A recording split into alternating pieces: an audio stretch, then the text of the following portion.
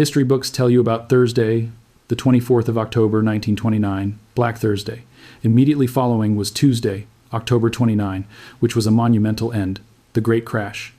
What they taught in school was speculation, panic, and economic devastation. But what if I told you that Black Tuesday was not the cause of an accident, but a massive planned blow? This is the great lie Wall Street has been telling for centuries.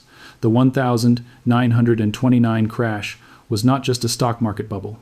It was a planned operation where the rich made the rules and ignored them, and where the savings that we citizens made, perhaps with 1,000 difficulties, were secretly transferred to the financial elites without anyone knowing.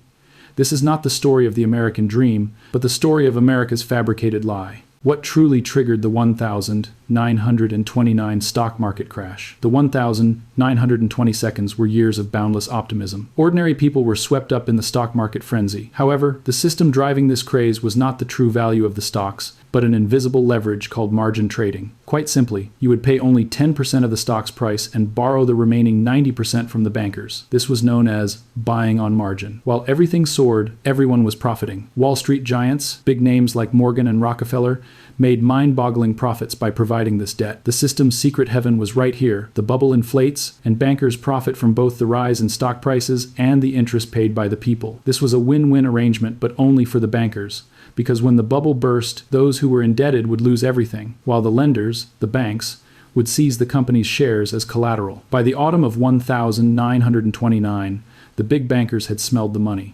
The markets were extremely overextended. This is the breaking point of the legend. On Thursday, October 24, the market suddenly crashed by 11%. Panic set in. On that afternoon, a highly secretive meeting in financial history took place. The big men of Wall Street, such as John Pierpont, Morgan Jr., Albert H. Wigan, and Charles E. Mitchell, gathered. Their purpose was clear: to save the market. The bankers promised to buy large amounts of stock to stabilize the market, and the promises were kept. The markets recovered. This event graced all the headlines. Big bankers halted the panic. But this situation, far from being a rescue, was actually a jigsaw piece of a trap. They bought the minimum necessary amount to create the illusion of safety for small investors. And over the weekend, do you know what those big men did in secret? They prepared the recall orders for all the shares they had lent out. When the markets opened on Tuesday, October 29, the chances had run out. Wall Street's giants issued an open call to small, indebted investors: repay your debt immediately. Small investors did not have the money to repay the debt.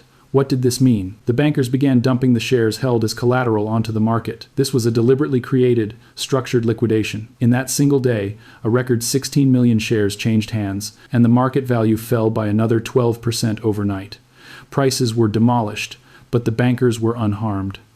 They collected their debts, and most importantly, they bought those shares back cheaply when their value was at rock bottom. Black Tuesday was not an economic disaster. It was the final transfer of assets from the poor to the rich. The cost of playing with debt was paid not by those who created the debt, but by those who took the debt. The Great Depression had begun, but the big men of Wall Street had restructured their positions and survived with the cash and collateral in their hands. Today, this comes in different names, like margin trading, credit derivatives, and structured products. But the story is always the same. The financial system is not designed to spread small risks, but to concentrate huge profits among a select few. The lesson Black Tuesday gives us is simple. When everyone in the system is happy, the real danger has begun. Because if you are profiting, someone is preparing a position to liquidate you. The lesson to be drawn: in a debt-fueled rally, the winner is always the one who holds the collateral. In a moment of great panic, the system's saviors always become the biggest buyers. Black Tuesday was not an economic accident, but an opportunity used to centralize money.